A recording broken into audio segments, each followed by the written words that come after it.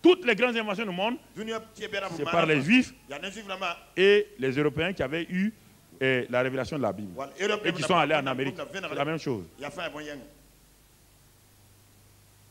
faut pas vous culpabiliser. Nous avons refusé la Bible. La Bible est rentrée en Afrique. On a refusé. Aucune invention vient d'un arabe. Jamais. Aucun pays arabe, ni aucun pays africain. Il ne faut pas vous complexer. Hein?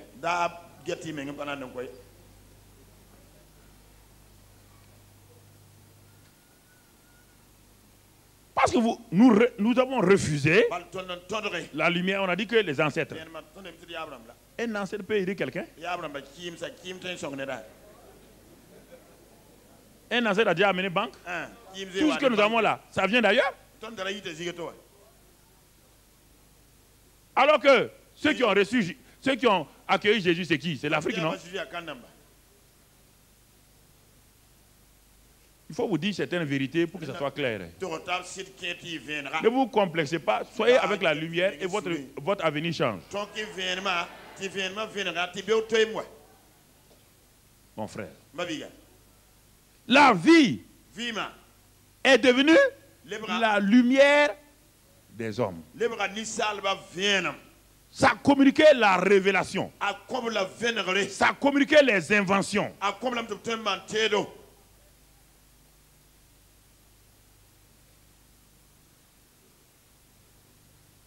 Vous entendez? Alors, frères et sœurs, la religion. Quand on dit qu'on a, nous on a la religion de nos ancêtres là, on est en train de se clouer là-dedans.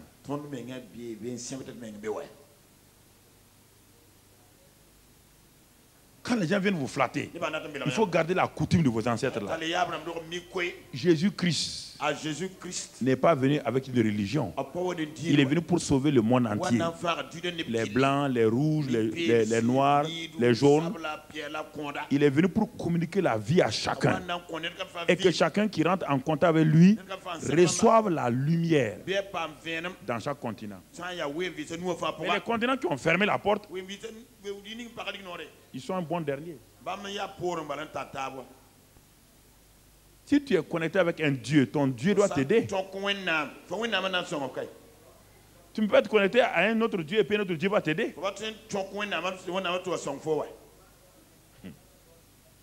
Arrêtez l'affaire des ancêtres là. Ce n'est pas africain, hein? Ça, c'est la séduction. Tous les continents ont leurs ancêtres. Il y a un continent sans ancêtres. Alors pourquoi nous sommes les seuls à nous attacher à nos ancêtres?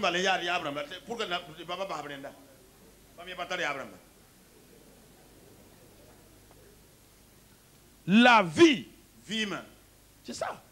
Mais ceux qui sont religieux, ils n'apprécient pas ce message-là. Parce qu'ils sont religieux. Moi, je ne suis pas là pour vous faire. Je ne suis pas un conférencier. Je ne suis pas en train de faire les élections primaires pour être candidat. Non, non, non. Je vous dis ce que la Bible dit. Je vous amène simplement. Ça ne m'intéresse pas. Vous n'avez pas à me voter, je suis déjà voté. Je suis déjà élu. Je n'ai pas besoin de vos voix.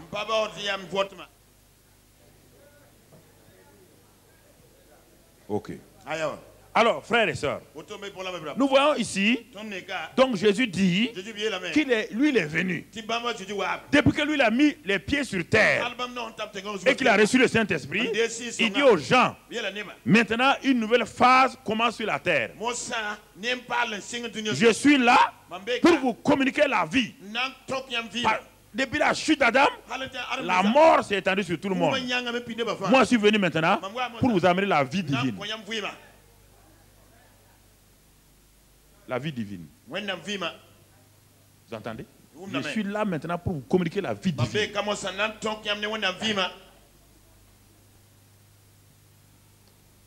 Regardons dans le livre de Matthieu.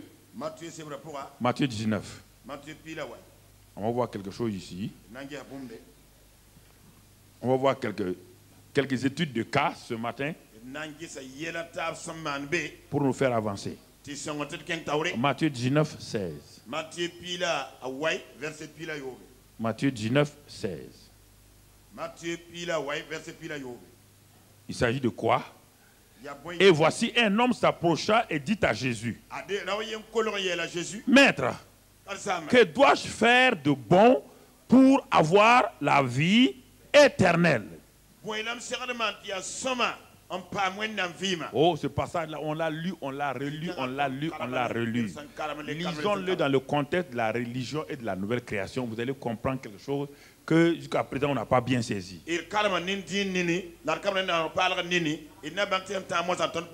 Lisons la suite pour mieux comprendre. Jésus lui répondit, pourquoi m'interroges-tu sur ce qui est bon? Un seul est le bon. Si tu veux entrer dans la vie, observe les commandements. Lesquels? Lui dit-il. Et Jésus répondit, tu ne tueras point.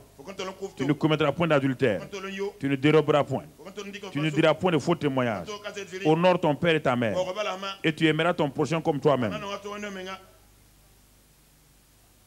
Est-ce que vous avez vu, tu aimeras Dieu là-dedans?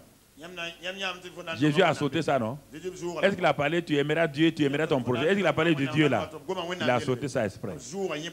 Lisons la suite. Le jeune homme lui dit, j'ai observé toutes ces choses, que me manque-t-il encore? Alors je voudrais qu'on s'arrête ici et qu'on réfléchisse. Regardez la vie morale d'un jeune homme comme ça. Sur le plan religieux, c'est l'homme parfait. Mais écoutez, frère. Sur le plan religieux, c'est un homme parfait. Sur le plan religieux, il a une bonne moralité. Il est riche. Et malgré sa richesse, il n'a pas fait de compromis par rapport au commandement. Vous allez vous comprendre quelque chose. Ces jeunes hommes-là, pourquoi? Écoutez ce qu'il a dit à Jésus. Qu'est-ce qu'il veut? Qu'est-ce qu'il a dit qu'il veut chez Jésus? Non, il a posé une question. Il dit, que dois-je faire de bon? Alors, les 10 commandements qu'il fait, c'était pas bon? C'est pas bon? Mais il les a pratiqués. Ça lui a donné la satisfaction. Ça lui a donné la paix. Alors qu'est-ce qu'il dit? Il veut quoi? La vie. Ok, très bien. Il veut la vie éternelle. Vous allez comprendre quelque chose. Que dans l'église, il y a des gens qui ont les bons commandements. Mais il leur manque ce que le jeune homme. Le jeune homme n'est pas un païen. C'est un jeune religieux qui a tout fait pour obéir au commandement de Dieu, qui s'est discipliné. La Bible dit dans l'évangile de Marc que quand il a dit cela, Jésus l'a regardé et Jésus l'a aimé. Mais tout ça, ce n'est rien. Le jeune homme voulait une seule chose, la vie éternelle.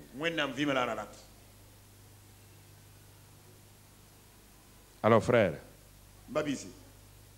ça on a un problème maintenant. On nous dit dans l'église il faut obéir à ça, obéir. Voici un jeune homme qui a obéi à tout.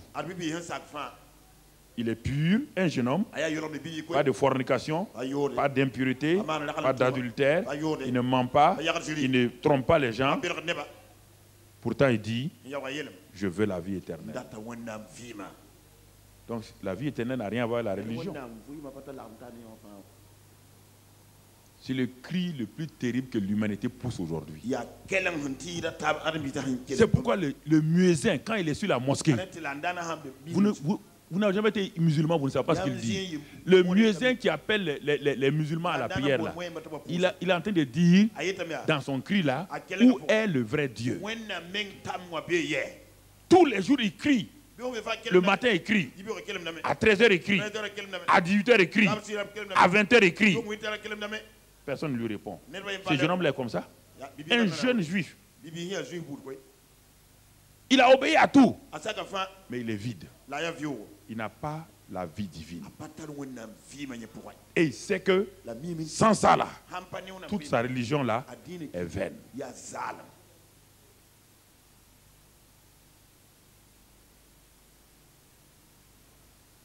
Il s'est rendu compte que la bonne moralité n'est pas suffisante.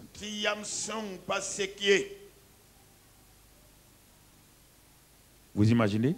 Il s'est rendu compte brusquement que tout ce qu'il a fait comme effort là n'a abouti à rien. Il s'est rendu compte qu'il était face à un mur. Il voulait la vie éternelle. La vie éternelle était de l'autre côté du mur. Il regardait la vie éternelle. Il regardait, mais il ne pouvait pas la voir. C'est un mur qui est mince et en même temps infiniment grand qu'on ne peut pas dépasser par les efforts humains.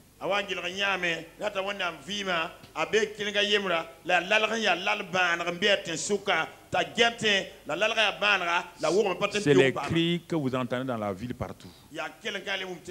Chez les politiciens, chez les hommes d'affaires. Il dit, mais pourquoi la religion ne marche pas? Quand vous vous asseyez avec eux, pourquoi ça ne va pas? Comme le jeune homme riche.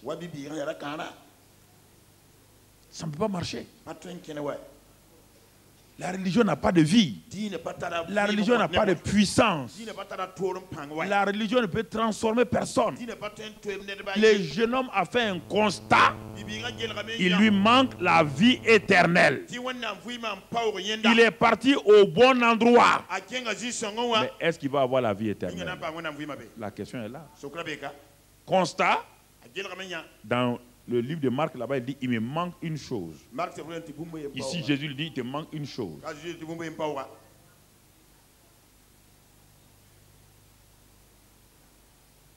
Le constat, je n'ai pas la vie éternelle.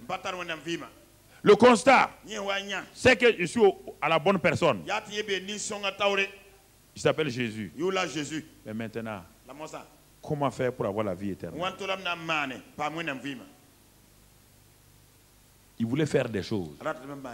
Voici ce que la religion nous a dit. Et la religion chrétienne même nous a dit ça. Il faut faire ça. Il faut faire ça. Il faut faire ça. Il a tout fait. Et les gens sont insatisfaits. Quand quelqu'un devient chrétien, la première chose qu'on lui dit, il faut prier. Il prie, il est insatisfait. On dit il faut jeûner, il jeûne, il est insatisfait. On dit il faut venir à l'église, il vient à l'église, il est insatisfait. On dit il faut danser, il danse, il est insatisfait.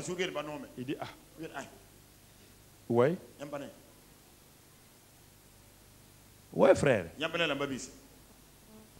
Quand le Seigneur a commencé à me parler, moi j'étais pas démoralisé, mais il me dit c'est ça votre problème. Vous dites aux gens de faire des choses et le jeune homme là, on lui a dit de faire ça. Il l'a fait. Il est arrivé au summum, il est arrivé au sommet. Tout le monde l'a mis. Mais pourquoi il dit à Jésus? Pourquoi il va à Jésus? Il a vu. Quand lui et Jésus. Lui il est jeune. Jésus est jeune. Mais il a vu la différence entre lui et Jésus. Jésus a quelque chose que lui n'a pas. Et il a su, il a connu le nom de cette chose-là. Il appelle ça vie éternelle. Et il sait que son argent ne peut pas l'acheter. Que faut-il faire? Jésus lui dit voilà ce qu'il faut faire. Quand Jésus aborde ces choses-là, Jésus n'a pas dit que s'il obéit au commandement, il aura la vie éternelle. Lisez bien votre Bible. Il n'a jamais dit ça. Il n'a jamais dit ça. Jésus lui dit maintenant, il te manque une chose. Et cette chose-là, lisez ça, il te manque une seule chose. Jésus lui dit, attendez, il te manque une seule chose. Et nous avons déduit que la seule chose qui lui manque là, c'est d'aller vendre. Il ne lui manque pas la richesse. Il lui manque une seule chose. Il a eu tous les commandements. Comme il l'a dit, il lui manque la chose nécessaire, la chose indispensable, c'est la vie là. Mais vous allez voir maintenant, Jésus va lui dire, s'il veut avoir la vie éternelle, c'est qu'il faut faire. Lis ça. Jésus lui dit, si tu veux être parfait, va, vends ce que tu possèdes, donne-le aux pauvres et tu auras un trésor dans le ciel. Puis, viens et suis-moi. Ah. Viens. Est-ce qu'il a dit la vie éternelle encore? Il a donné ça? Est-ce qu'il n'a pas de vie éternelle? Ok. Pourquoi? Pourquoi? Va lire dans Jean 8, versets 12 et 13. Regardez ici. Laissez votre main ici et allez lire dans Jean 8, versets 12 et 13. Jésus leur parla de nouveau et dit, je suis la lumière du monde. Celui qui me suit ne marchera pas dans les ténèbres, mais il aura la lumière de la vie. Ah. Nous avons vu dans Jean 1, 4 que en la parole de Dieu, Jésus était quoi? La vie. Et que la vie était quoi? La lumière des hommes. C'est ça? Ok. Jésus dit, la vie est en moi. Et quand je te communique cette vie-là, ça devient une lumière pour toi. Et voici un jeune homme qui vient et qui dit à Jésus, lui il veut cette vie-là. Tu as dit que tu as la vie. Tu as dit que tu donnes la vie abondante. Moi, je n'ai pas cette vie-là. Je veux la recevoir. Que faut-il faire? La question est mauvaise. Il n'y a pas de que faut-il faire. Jésus lui dit ce qu'il faut faire. Il l'a fait. Jésus dit maintenant, il dit, si tu veux la vie éternelle, ce qu'il faut faire, on a mis l'accent, nous avons fait l'erreur, on a mis l'accent sur le fait que Jésus voulait qu'il vende sa richesse seulement, qu'il soit pauvre. Et beaucoup de gens ont développé que Jésus veut les pauvres derrière lui. Il n'a jamais dit cela. Écoute, quand il a fini avec le jeune homme, il a dit quoi? Viens et quoi? Fais quoi? Suis-moi. Pourquoi suis-moi? On a lu dans Jean 8, 12, que c'est lui qui, lui, il est quoi là? Et que quiconque le suit ne marchera jamais dans l'air. Alors, en réalité, qu'est-ce qu'il voulait que le jeune homme fasse? Que le jeune homme le suive, et en le suivant, il allait aboutir à la vie éternelle, car c'est lui-même qui est la vie. Écoutez, écoutez. Mais dès le moment où le jeune homme a refusé de le suivre, est-ce qu'il peut avoir la vie? Jésus dit, c'est lui qui me suit, c'est lui qui est en connexion avec moi, il est en communion avec moi, il aura la vie éternelle. Et le jeune homme ne le suit pas, est-ce qu'il peut avoir la vie éternelle? Voilà, ce n'est pas son argent, c'est le verbe suivre là.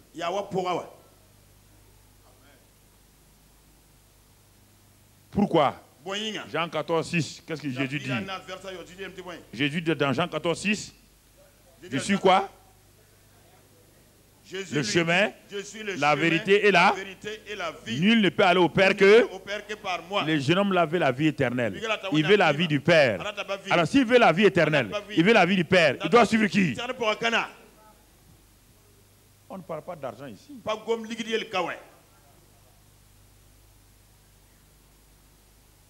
Puisqu'il est la vie. Si tu veux la vie, il faut que tu sois connecté à la vie. Est-ce que nous comprenons? Jésus n'a pas les gens ont dit non, que Jésus n'aime pas les riches. Il a dit que non, Jésus n'a jamais dit ça. Jamais il n'a dit ça.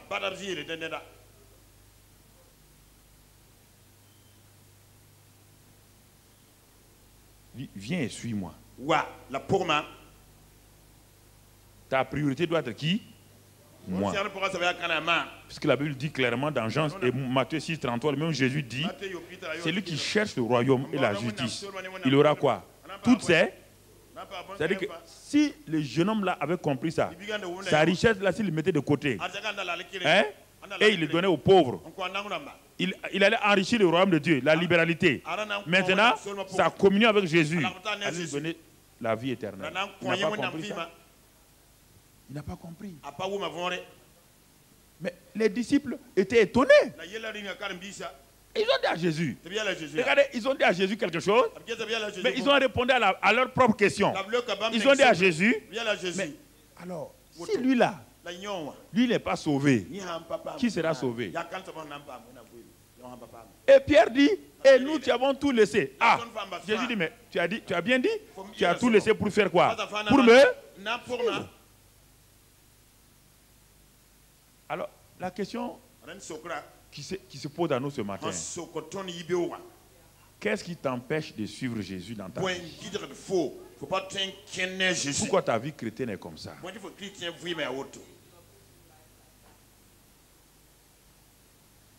Jésus dit tu auras la vie. Et la vie abondante. Et cette vie va devenir lumière. Alors pourquoi cette lumière n'est pas manifestée en toi? Pourquoi? Pourquoi cette lumière n'est pas manifestée? C'est lui qui manifeste ça. S'appelle le Saint-Esprit. C'est le communicateur et le communieur. Il fait la communion et la communication.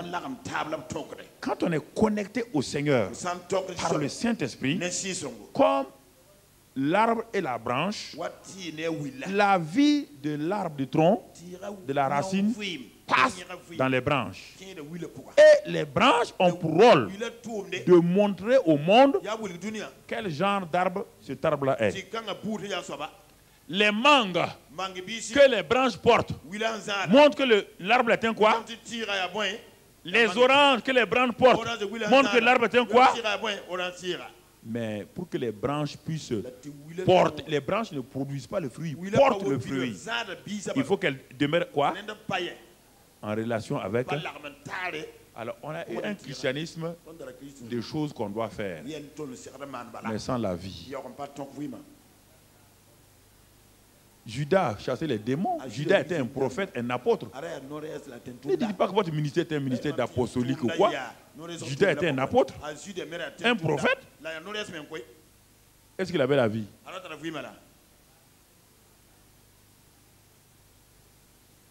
Ce n'est pas le ministère qui importe d'abord. C'est la communion, la vie.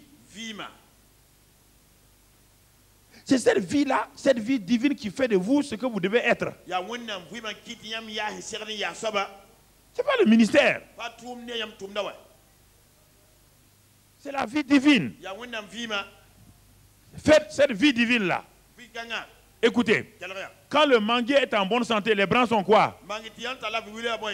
Alors frère, si je suis en connexion avec Jésus qui est le cep, sa sainteté se communique à quoi?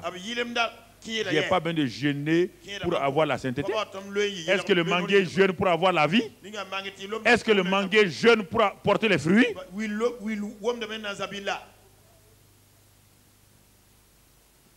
Pourquoi vous voulez faire des efforts pour ce qui est naturel en restant seulement dans la communion?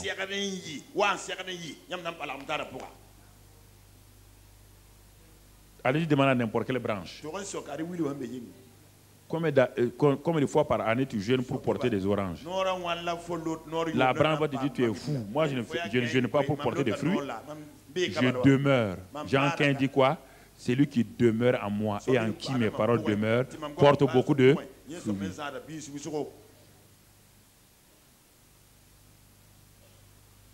Celui qui demeure en moi, en qui je demeure, sans aucun effort. Nous n'aimons pas ça. Nous voulons faire des choses pour prouver à Dieu que nous sommes quelqu'un. Nous voulons mériter. Le christianisme commence par la grâce. Le christianisme commence par ce qui est déjà fait. C'est pas faire. C'est déjà fait. Dieu a fini. Adam. Quand Dieu a fini, Dieu a créé Adam. Est-ce qu'il a aidé Dieu à mettre des fleurs? Il a arrangé quelque chose? Quand il a été créé, c'est la nouvelle création. Quand Adam est venu à la vie, c'est la nouvelle création. Adam n'existait pas sur la terre. Il existait en Dieu. Dieu l'a manifesté, il lui a donné une forme. C'est ça la nouvelle création. Quand il est né, tout était fini. Il est entré dans le repos de Dieu.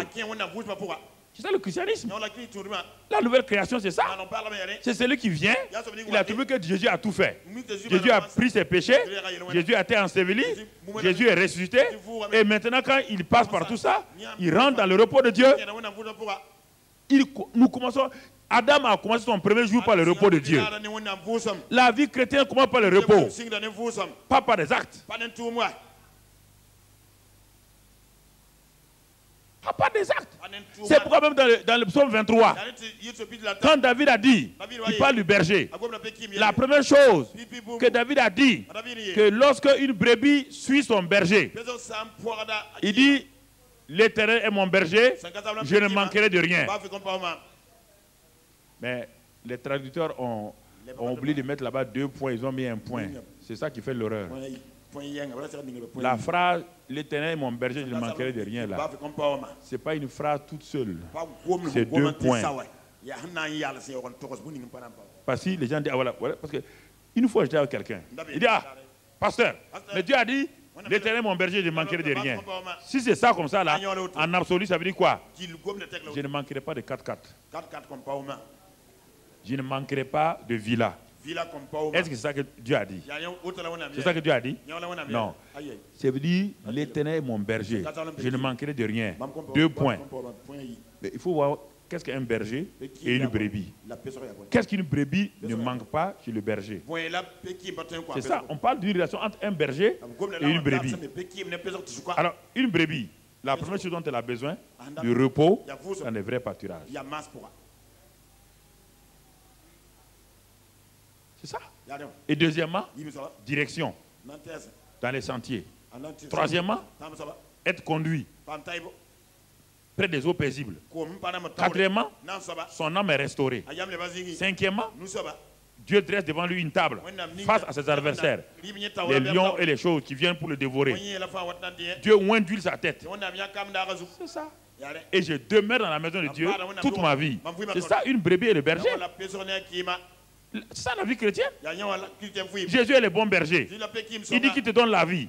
Et ta vie commence par le repos. Tu rentres dans le repos de Dieu. Dès que tu es né de nouveau, tu te reposes en Christ. Et cette vie divine qui est en toi, Christ vient habiter en toi. Le christianisme, ce n'est pas des choses qu'on fait pour Dieu. Le christianisme, c'est ce que Dieu fait à travers un homme. Ah mon frère, qu'est-ce que tu fais? Je suis en train de travailler pour Dieu. Un homme peut travailler pour Dieu. Ça c'est fonctionnaire. Fonctionnaire travaille pour le gouvernement. Aucun homme ne travaille pour Dieu. Dieu vient travailler en vous.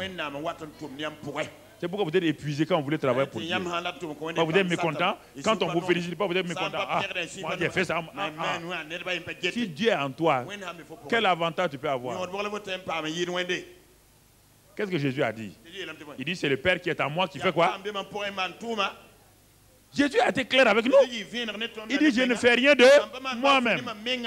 Je ne dis rien de moi-même. Je dis ce que le Père me dit. On dit où est le Père? Il dit je ne sais pas où est le Père.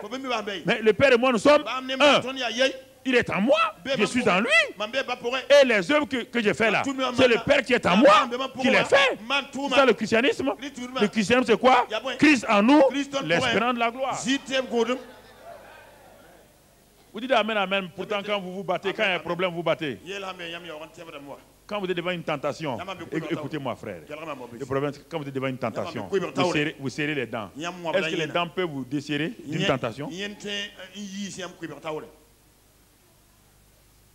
Celui qui a été tenté en tout, qui a vaincu toute tentation, est où? Alors, quand je suis tenté et que je fais appel à lui, Jésus, toi qui as été tenté, toi qui es en moi, tu es ma vie, Christ est ma vie. Paul dit, ce n'est plus moi qui vis, c'est Christ qui vit. Tu es en moi. Alors aide-moi dans cette tentation-là. Il met dans cette tentation. Mais si j'ignore Jésus et je dis, je vais lutter, pendant 10 jours, je vais résister. Le 11e jour, je vais lâcher. Parce que je suis limité. Et tout homme est limité. Mais Jésus n'est jamais limité. La vie chrétienne, c'est Dieu en nous. C'est pourquoi Paul dit, d'abord vous êtes un vase de terre dans lequel se trouve un trésor. Ensuite, il va plus loin. Vous êtes maintenant le temple de Dieu, où Dieu vit, et le temple est saint. Plus tard, il va plus loin. Vous êtes la branche, vous communiez avec la vie. Il va plus loin encore. Vous voyez là, il va d'un élément, vase de terre, qui est un contenant et qui a un contenu. Il va à un temple où quelqu'un vit. Il va maintenant à une communion entre la branche et l'arbre. Après, il va maintenant à un commandement. Jésus est la tête, nous sommes le corps. Et vous voyez là, c'est ça la vie chrétienne. Toujours, c'est Dieu. Le trésor qui est dans le vase là, c'est Dieu. Celui qui habite dans le temple là, c'est Dieu. La vie de la branche, c'est la vie divine. La tête, c'est Christ. Le corps, c'est l'Église. Voici les 4 images de la vie chrétienne. Ça va de ce qui est sans vie à ce qui a une vie supérieure. Un simple vase, un temple, une branche, un corps avec une tête. Toujours, Christ est au centre. Dieu vous a jamais dit de faire quelque chose pour lui. Qu'est-ce que toi et moi tu peux faire pour Dieu? Tu peux faire quoi pour Dieu?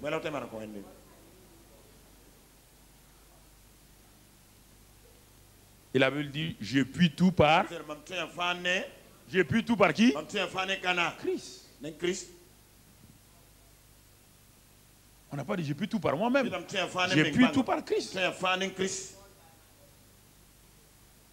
Alors, le jeune homme, vous voyez le jeune homme? Il est parti tout triste. Il est parti tout triste. Tout triste. Le deuxième homme, on va l'étudier rapidement. Dans Jean 3. Donc, le jeune homme riche, il n'a rien compris. Il est parti parce que sa religion l'a aveuglé. Il est parti tout triste. Tout triste. Il n'a pas eu la vie éternelle et il est parti tout triste. Alors c'est terrible. Sachant que il ne peut pas produire la vie éternelle par lui-même. Et que s'il n'a pas la vie éternelle aussi, il a un problème. Est-ce qu'il peut vivre heureux? Je suis sûr et certain que quelque part, le jeune homme là plus tard est retourné à Christ. Ça c'est sûr. Puisqu'il sait qu'il n'a pas la vie éternelle. Et il sait qu'il doit faire ça. Et il sait qu'il n'a pas la paix. Il ne peut pas acheter la vie éternelle. Vous croyez qu'il est parti, il peut vivre? Il sera tellement tourmenté que c'est sûr et certain qu'il va revenir. Comme le deuxième homme qu'on va voir, qui s'appelle Nicodème. Voici un deuxième homme qui n'a pas la vie éternelle lui aussi. Mais lui n'est pas venu pour avoir la vie éternelle. Lui, il est intrigué par ce nouvel enseignant qui est venu en Israël. Tout ce qu'il enseigne là semble contredire tout ce qu'eux connaissent. Qui est Nicodème? Regardez, l'autre était un jeune homme riche. Et maintenant, on va passer au niveau supérieur. On va voir un docteur. Nicodème était qui? C'était un chef des Juifs. C'était un pharisien. C'était un homme honorable en Israël. Vous voyez bien? Et docteur, Jésus va l'appeler le docteur d'Israël. On n'a pas dit un des docteurs d'Israël. Jésus l'appelle l'enseignant d'Israël. Ah, le jeune homme a échoué. Est-ce que le docteur va faire mieux? Je suis en train de vous parler. Si vous compliquez la vie chrétienne, vous passez à côté de la plaque. Comprenez? Tout ce que vous faites là, faites-le parce que le Saint-Esprit est en vous, vous le faites. Le Saint-Esprit fait les choses. Il dit qu'il produit le vouloir et le faire selon son bon. La plupart des programmes que nous avons là, que vous avez, ne vient pas du Saint-Esprit, ça vient de vous. Vous asseyez, je vais faire ça, je vais faire ça, je vais faire ça. Et puis vous venez demander à Dieu de poser sa signature dessus. Dieu n'est pas votre agent de bureau. Dieu a fait, écoutez, Dieu a fait monter Moïse sur la montagne. 40 jours. Et pendant 6 jours, Dieu n'a rien dit à Moïse. Quand Moïse montait sur la montagne, il avait ses propres pensées. Ah, Dieu m'a appelé, Dieu m'a oint. Je suis allé, j'ai donc vaincu Pharaon, j'ai ouvert la mer rouge, tout. Quand il est monté, 6 jours, Dieu ne lui a rien dit. Réfléchissez. 6 jours, Dieu ne vous dit rien. Vous allez vous-même commencer à vous repentir profondément. La présence de Dieu était sur la montagne. Moïse était dans la présence de Dieu. Donc, la présence de Dieu éclairait toute la vie de Moïse. Il n'y avait rien de caché dans sa vie. Si vous avez déjà rencontré la gloire de Dieu comme ça, vous n'avez même plus envie 2 fois de rencontrer cette gloire-là. Parce que comme si ça va vous consumer. Votre vie est exposée à nu. Vos pensées personnelles, vos intentions, vos désirs, les plus secrets, les plus mesquins sont exposés. Pendant 6 jours, Moïse était là. Dieu ne dit rien. Quand Dieu a fini de travailler avec Moïse, il avait dit tout son cœur. Le 7e jour, Dieu lui parle. Et qu'est-ce que Dieu lui dit? Dieu n'a jamais demandé l'avis de Moïse sur ce qu'il va faire. Dieu n'a pas besoin de demander votre avis. C'est ça, nous ne voulons pas accepter ça. Nous avons fabriqué une religion chrétienne où l'homme est au centre, où Dieu n'est que simplement un bâton pour s'appuyer. C'est ça notre christianisme. Dieu dit à Moïse, tu vas me faire un tabernacle. Même les couleurs des rideaux avaient un sens. Dieu n'a pas demandé à Moïse, tu aimes les rideaux bleus ou rouges? Non. Parce que le bleu a un sens, le rouge a un sens, le jaune a un sens. Il a dit de faire l'arche. Il dit pas n'importe quel bois, le bois de gopher. C'est un bois spécial. Et de revêtir ce bois-là d'or. Pourquoi? L'or, c'est la divinité. Le bois, c'est l'humanité. Pourquoi? L'arche représentait Christ, qui va venir être un homme et un Dieu en même temps. Et dans cette arche-là, il dit de faire un propitiatoire, un couvercle, et de faire 2 chérubins. Et il dit c'est sur ce propitiatoire-là que Dieu viendra pour rencontrer Moïse. Donc Dieu veut rencontrer l'homme. Mais comment? À la condition que Moïse verse le sang d'un agneau animal sur ce propitiatoire. Donc, l'arche, c'est Jésus-Christ. Sa divinité, l'or, son humanité, le bois. Le couvercle, c'est comment Christ va mourir. C'est la croix où Dieu va rencontrer l'homme. Donc où le sang est versé. Tout est là déjà. Dans l'arche maintenant, il y a la manne. Il y a le bâton ressuscité. La résurrection, la parole de Dieu. Tout se trouve là-dedans. Quand Dieu a fini avec Moïse, pendant 40 jours, Dieu a dit à Moïse maintenant, Moïse dit à Dieu, maintenant il pose une question à Dieu. Il dit, moi je ne sais pas faire ces choses-là. Je ne suis pas un inventeur. Dieu dit, ne t'en veux pas. J'ai préparé Beth-Salem. J'ai préparé Uri. Ils sont en bas. Ils vont faire. Dieu n'a donné à Moïse aucune initiative. La vie chrétienne, c'est une vie d'esclave. Nous ne voulons pas entendre ce mot-là. Ou on est esclave de Satan, ou on est esclave de Dieu. Dieu a enseigné ça au pasteur hier. On n'est pas libre. La vie chrétienne, ce n'est pas la liberté.